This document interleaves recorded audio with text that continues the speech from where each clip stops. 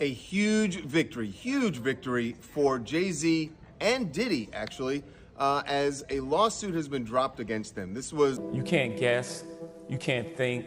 You have to have this knowing that, okay, it may not work today, it may not work tomorrow, but this is the right thing and this is what I'm doing and this is what's feeding me. So that would be the best advice I can give you, that knowing, just believe in what... A lawsuit that got a lot of headlines because, you remember, this was filed back in December. The accuser said she was just 13 at the time that, as she put it, Diddy and Jay-Z raped her at a VMA after party back in 2000. Well, that lawsuit is no more. She voluntarily filed to dismiss it today without prejudice, filed those documents in federal court, and that means without prejudice. That part means that it cannot be refiled. There was no settlement here.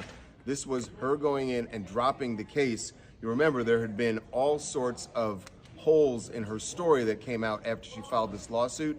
As you might imagine, Jay-Z is thrilled with the victory, but is also really pissed he even had to go through this.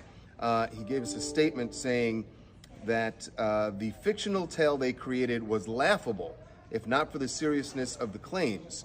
I would not wish this experience on anyone. The trauma that my wife, my children, my loved ones, and I have endured can never be dismissed. And then there is this.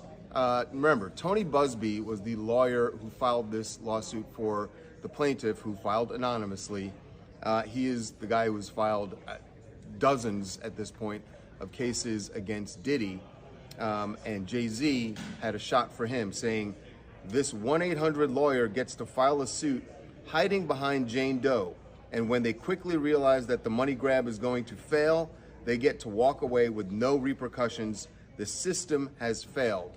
He goes on to say that obviously the courts need to protect victims. He fully believes that and supports that, but he says they also need to protect innocent people from getting accused of things like this when it is so damaging. So a major victory for Jay-Z and Diddy in this false rape allegation. It has now been dismissed. Money to us is me and my 3 friends on the floor at the Golden State, not because the seat's expensive, but because that's what we doing. You never seen that. You know what I'm saying? That's or building brands and pushing it forward, and that can't be the end all. That can't be our goal to get money and then show it on the internet. That can't be our goal. That's some corny shit. You can do it. I've been saying this. Chains is cool to cop, but more important is lawyer fees. That's my first album.